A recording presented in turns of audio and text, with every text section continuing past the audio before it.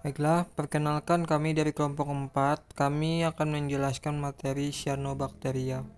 Sebelumnya, perkenalkan anggota kami yaitu ada Jakaria, ada Gita Gusmariani, ada Putri Wulandari, ada Bella Berlieni, ada Gugum Gumbira, ada Jihan Ameliasari, dan Helena Erminasari dengan NPM tertera.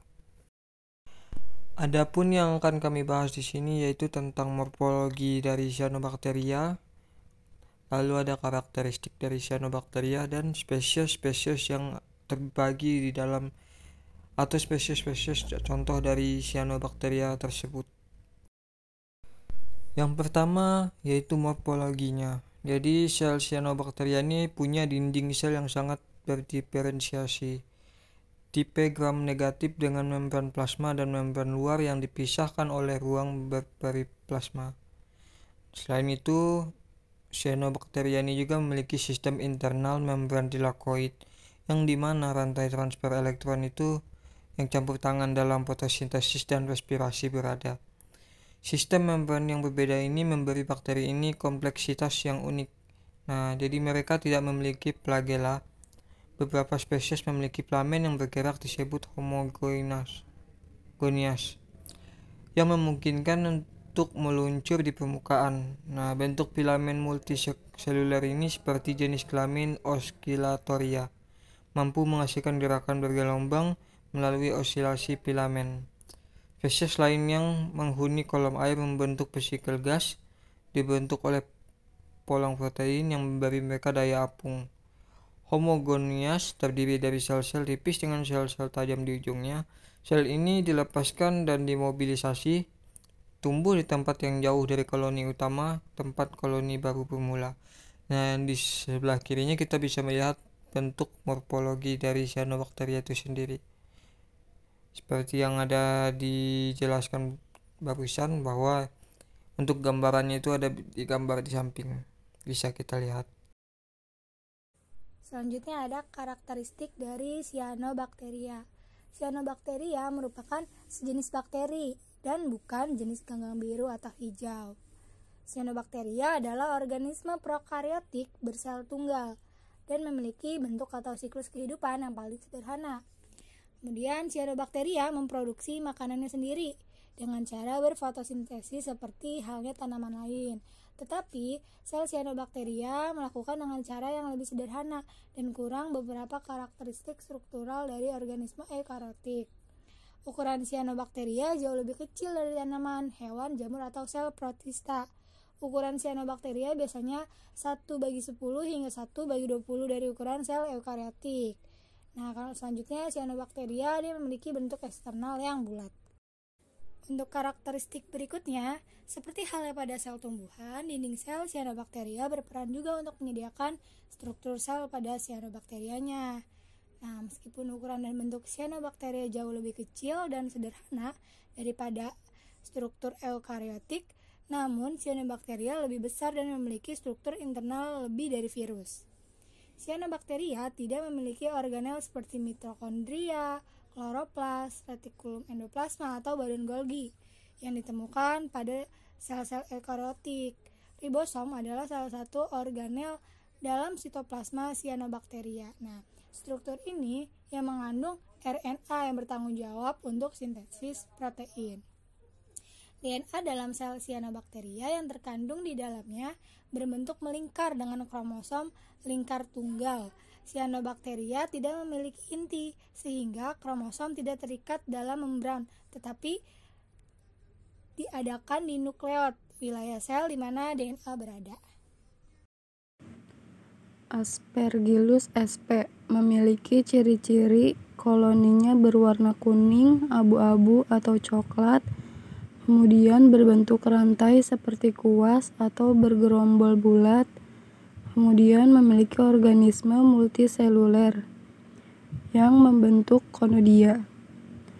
Kemudian morfologinya yang pertama memiliki konodia sebagai alat perkembangbiakan. Memiliki konodiofor yaitu hifa yang tumbuh tegak pada permukaan substrat. Yang ketiga, stolon atau hifa yang membentuk jaringan pada permukaan substrat. Di bawah gambar dapat kita lihat terdapat klasifikasi. Yang pertama ada kingdom, yaitu fungi, filumnya Ascomycota, kelasnya Eurothiomycetes, ordonya Eurothiales, familinya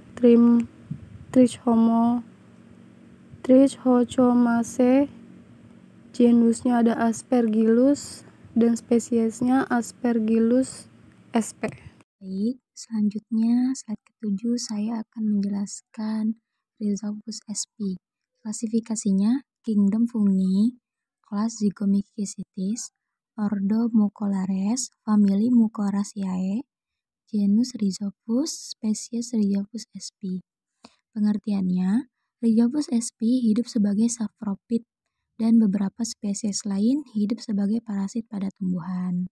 Jamur ini mempunyai bentuk yang menyerupai mukor sp dan yang membedakannya yaitu miseliumnya yang terbagi atas stolon yang menghasilkan rizoid atau akar pendek dan bercabang banyak dan sporangiiform. Jamur ini biasanya tumbuh sangat cepat dari semua miseliumnya berbentuk seperti kipas menjadi kehitaman akibat dari pertumbuhan dari sporangiiform yang berwarna gelap. Rhizopus mempunyai pertumbuhan yang teratur dan dapat hidup pada suhu yang relatif tinggi. Nah, beberapa jenis patogen pada tumbuhan, Rhizopus dimanfaatkan dalam pembuatan tempe dari kacang kedelai dan minuman beralkohol. Baik, berikutnya ada Volvox sp. Karakteristik Volvox sp yang pertama, tumbuh baik di dalam air aerofik yang menyediakan segala nutrisi bagi pertumbuhannya. Kemudian, setiap sel dalam koloni memiliki 2 flagela. Organisme ini memiliki sepasang vakuola kontraktil beserta kloroplas yang berbentuk seperti cangkir.